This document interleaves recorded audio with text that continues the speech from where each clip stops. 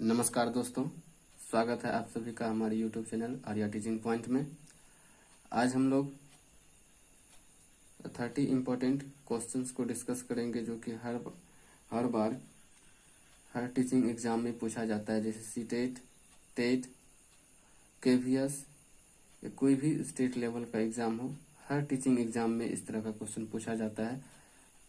आज हम लोग हिंदी पेडागोजी के क्वेश्चन को डिस्कस करेंगे। तो जो हमारे चैनल पर नए हैं वो हमारे चैनल को सब्सक्राइब कर लें और बेल आइकन को प्रेस कर लें ताकि हमारे नए वीडियो सबसे पहले आप तक पहुंचे। धन्यवाद। हम लोग आगे बढ़ते हैं। तो फर्स्ट क्वेश्चन कर रहा है, भाषा सीखने के संदर्भ में कौन सा कथन सही है।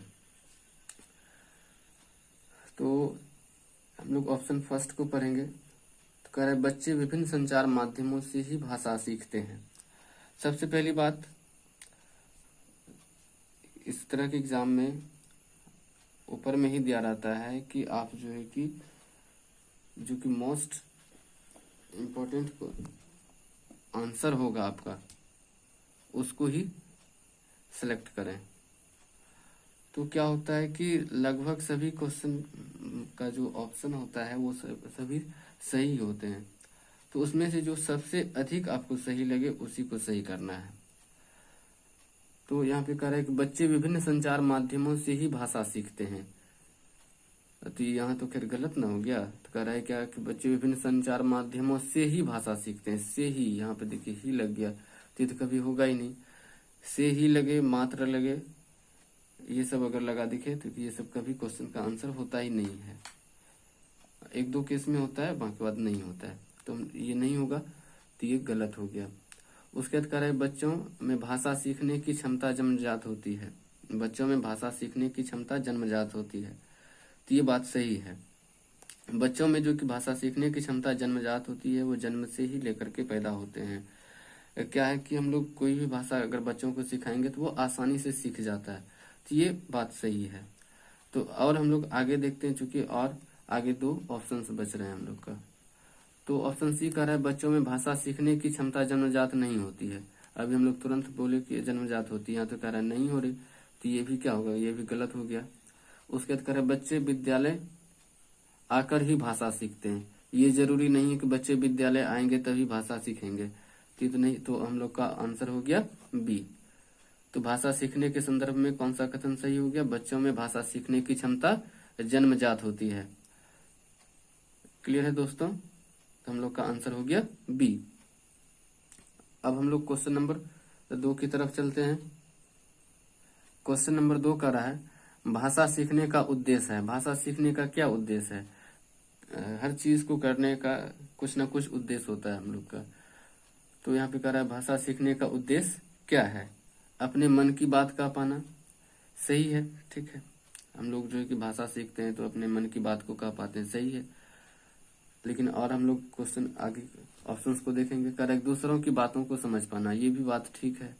उसके तरह आदेश निर्देश दे पाना और सुन पाना, ये तो उद्देश्य नहीं होता है कि हम लोग अगर भाषा सीख रहे हैं तो उसका उद्देश्य होगा कि किसी को आदेश देना, निर्देश देना या फिर दे पाना या फिर सुन पाना, ये नहीं होता है। तो ये तो बिल्कुल भी नहीं होगा। तो उसके बाद प्रत्येक स्थिति में भाषा का प्रयोग कर पाना, ये सबसे इम्पोर्टेंट, ये सबसे जो है कि असरदार जवाब है। ये सबसे इम्पोर्टेंट जवाब है यहाँ इसका, कि अपने प्रत्येक स्थिति में भाषा का प्रयोग कर पाना, यही जो है कि भाषा सीखने का उद्देश्य होता है। तो हम लोग का आंसर हो गया 2 का डी। क्लियर है दोस्तों। तो हम लोग क्वेश्चन नंबर 3 को पढ़ेंगे। क्वेश्चन नंबर 3 देखिए क्या कह रहा है, बच्चे बोलचाल की भाषा का अनुभव लेकर विद्यालय आते हैं, इसका निहितार्थ है। सही बात है। लोगों बहुत लोग मानते हैं कि बच्चे जो है कि एकदम कोरे स्लेट की तरह होते हैं, ऐसा नहीं होता है।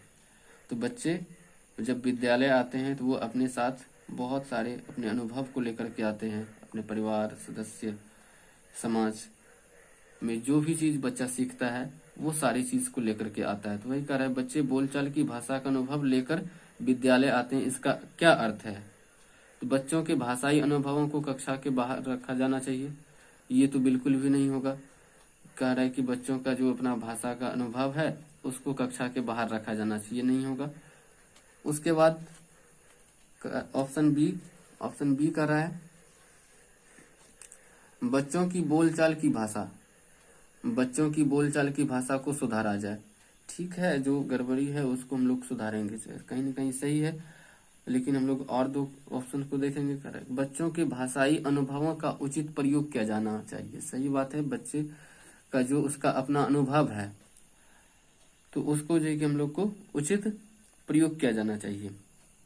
उसके नेक्स्ट क्वेश्चन कह रहा है बच्चों की बोलचाल की भाषा ना सिखाई जाए। ये कौन सी किताब में लिखा है? ये तो गलत हो गया। तो क्या हो जाएगा हम लोग का आंसर? सी, बच्चे बोलचाल की भाषा का अनुभव लेकर विद्यालय आते हैं। इसका निहितार्थ क्या हो गया? बच्चों के भाषाई अनुभवों का उचित प्रयोग किया जाए। तो यही हम लोग का आंसर हो गया, 3 का आंसर सी हो गया। क्लियर है दोस्तों? अब हम लोग क्वेश्चन नंबर 4 को देखेंगे। क्वेश्चन नंबर 4 कह रहा है पढ़ने की प्रक्रिया में सर्वाधिक महत्वपूर्ण है। पढ़ने की प्रक्रिया में तो सबसे जो है कि सर्वाधिक महत्वपूर्ण, सबसे इंपॉर्टेंट चीज क्या है? प्रवाह। सही नहीं, प्रवाह। ठीक है, प्रवाह भी होनी चाहिए क्योंकि गति, स्पीड जरूरी है। उसके बाद गति, ठीक है, उसके बाद अक्षर ज्ञान, उसके बाद अर्थ। इसमें जो सबसे इंपॉर्टेंट, सबसे जो अहम चीज है ये है अर्थ। पढ़ने के साथ साथ बच्चा अर्थ को भी सीख जाए, ये सबसे महत्वपूर्ण चीज है। क्योंकि कारण है कि जब हम लोग किसी चीज को पढ़ते हैं, यदि उसका अर्थ को समझ नहीं पाते हैं तो वो पढ़ा हुआ चीज बेकार है, तो उसका अगर कोई यूज नहीं है। अगर हम लोग उसके अर्थ को नहीं जान पा रहे हैं तो इसका आंसर हो गया डी। पढ़ने की प्रक्रिया में सर्वाधिक महत्वपूर्ण क्या है? तो अर्थ को जानना, उसके अर्थ को जानना। क्लियर है दोस्तों? तो क्वेश्चन नंबर 4 का आंसर हो गया डी।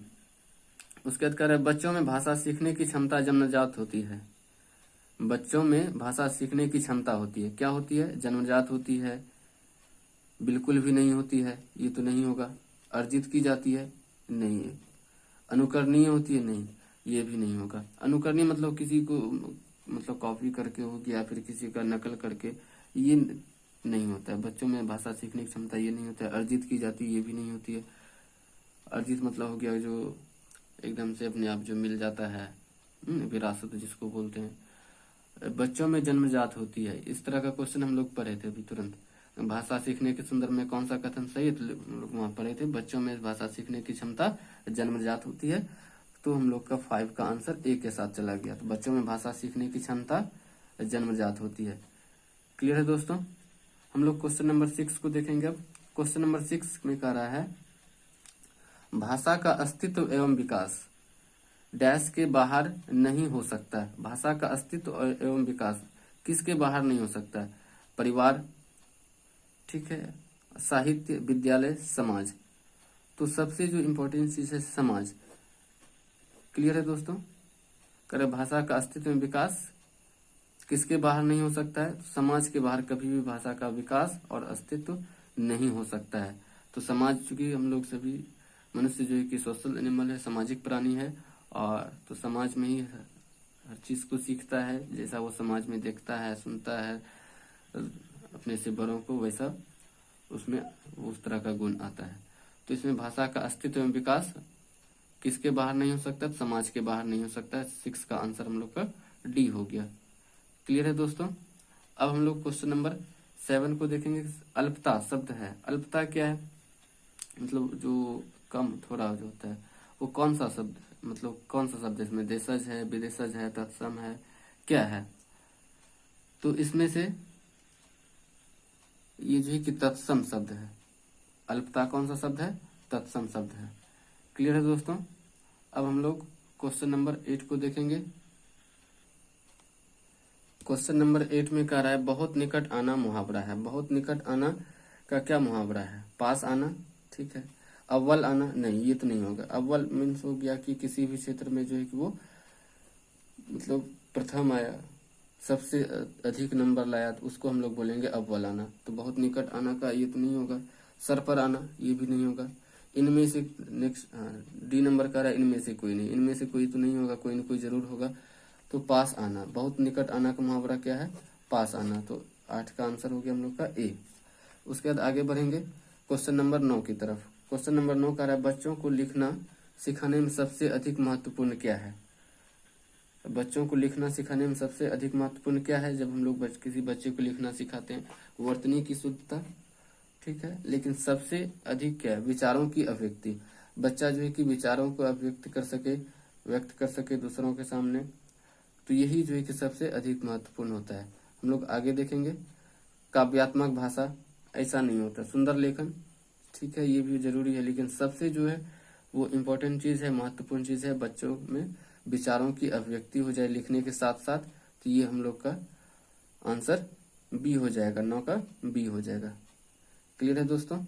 हम लोग क्वेश्चन नंबर 10 को देखेंगे। कह रहा है कि मंजूर का पर्यायवाची शब्द है। पर्यायवाची या समानार्थी शब्द एक ही चीज होता है।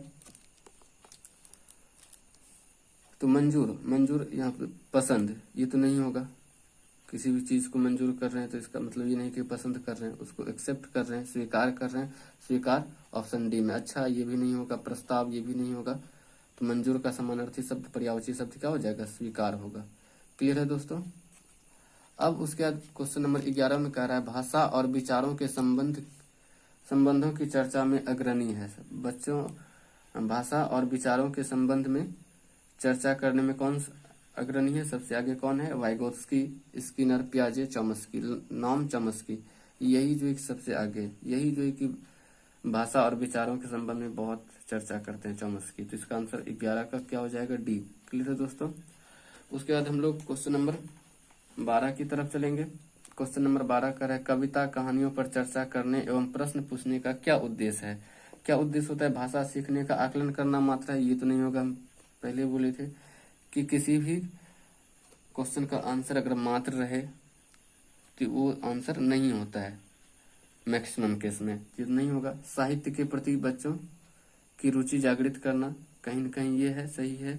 लेकिन और हम लोग आगे क्वेश्चन देखेंगे। कल्पनाशीलता का पोषण, बच्चों में सोच विचार करने की क्षमता आ जाए, ये कहानी कविता पर चर्चा करने एवं प्रश्न पूछने का उद्देश्य होता है। उसके बाद इनमें से कोई ये नहीं होगा। और साहित्य के प्रति बच्चों की जागृत, ये ठीक है, लेकिन ये इम्पोर्टेंट नहीं है। क्लियर? तो ये भी नहीं होगा। तो हम लोग का आंसर हो जाएगा 12 का सी। 12 का आंसर हो जाएगा सी। अब हम लोग क्वेश्चन नंबर 13 को देखेंगे। क्वेश्चन नंबर 13 में कह रहा है कविताएं सुनी सुनाई जाए। इसमें क्रिया है। कौन सी क्रिया है इसमें? कविताएं सुनी सुनाई जाए। तो प्रेरणार्थक नहीं, प्रेरणार्थक, प्रेरणा तो नहीं मिल रही इसमें से। कविता सुनी सुनी जाए, सुनाई जाए। सकर्मक नहीं, यानी कि एक्टिव। अकर्मक, ये भी नहीं होगा। तो द्विकर्मक, ये सही होगा, क्योंकि कविताएं सुनी और सुनाई जाए, दोनों क्रिया साथ साथ हो रहा है, इसीलिए इसका ऑप्शन हो जाएगा सी नंबर सही, 13 का सी। उसके बाद क्वेश्चन नंबर 14 में क्या कह रहा है? भाषा सीखने और भाषा अर्जित करने में मुख्य अंतर का आधार है। क्या आधार है? साक्षरता का? नहीं, बिल्कुल भी नहीं। भाषा परिवेश का? सही बात है। पाठ्य पुस्तक का? नहीं। भाषा आकलन का? नहीं। तो भाषा सीखने और भाषा अर्जित करने में मुख्य अंतर जो होता है भाषा परिवेश का होता है। जिसका जो कि मतलब जिसको जैसा परिवेश मिलता है, जिसको जैसा एनवायरमेंट मिलता है, पर्यावरण मिलता है, परिवेश मिलता है, उसका भाषा जो है कि वैसा होता है, उस तरह का होता है। तो हम लोग का 14 का आंसर बी हो गया। क्लियर है दोस्तों?